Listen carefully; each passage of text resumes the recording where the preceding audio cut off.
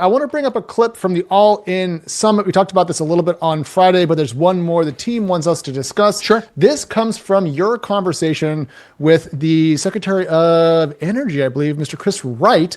And Round two. Round two. Round two. Yeah. This went viral on social media. Yeah. And I pulled some data to help us understand the argument. But here, let's hear from both you and the Secretary. Okay. Here we go. Solar supply chain. And think about this. Is that why you guys are down on it, that we would have to buy the solar panels from them? Because it seems like you're looking backwards and China's looking forward. That's where the disconnect is coming for me. But there's no there there. There's no there in solar and batteries, so Elon Musk has it completely wrong.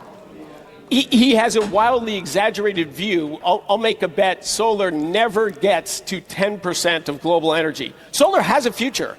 And so after 30 years of subsidies, maybe it should fly on its own as an energy source. It has roles. There's remote power.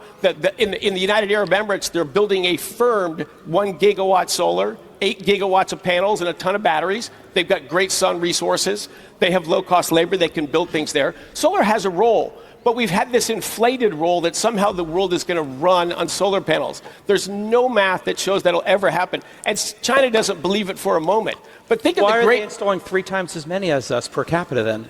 And why are they so effective at installing nuclear power plants? Like, this is what I don't know if you're gaslighting us, no pun intended. And this is just like a Trump MAGA thing where we have to diss natural sources, but do you really want to dig coal out and burn it and pollute the environment that we're giving to our kids? I want energy to better human lives. And the cost and reliability of electricity and energy sources. The other thing we should say, electricity delivers 20% of global energy. Wrap the whole planet in a solar panel, you got 20% of energy delivered. Where's the other 80% going to come from?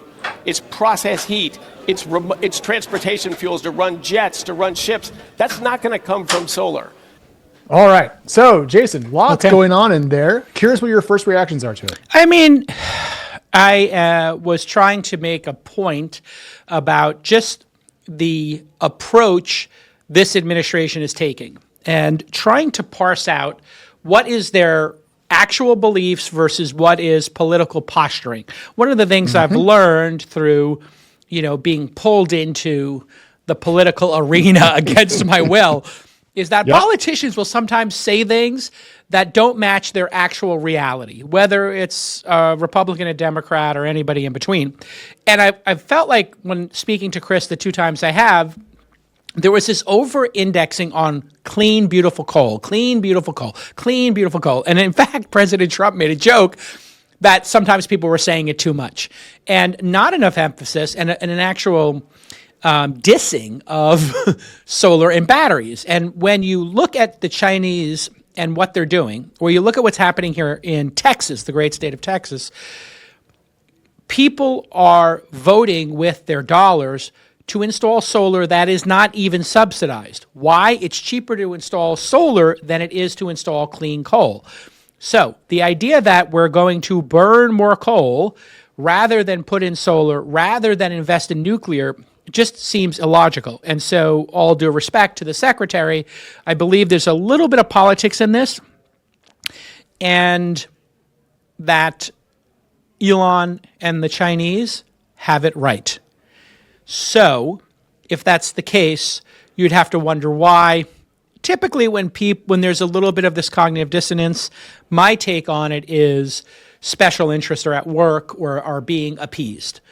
And so perhaps we were appeasing, solar and renewables, wind, geothermal, and all of that in the Biden administration, and we were subsidizing it too much, and we were all going to be up to our ankles in water. And obviously those predictions of global warming never came true, or in terms of crazy weather patterns. But Secretary Wright does agree that global warming is a real trend, just not a cataclysmic one. So far, we haven't had cataclysmic flooding of the places people claimed would be underwater. So I don't think we need to be precious about which energy sources we go with in the short to midterm, but I do think we need to be honest about the long term.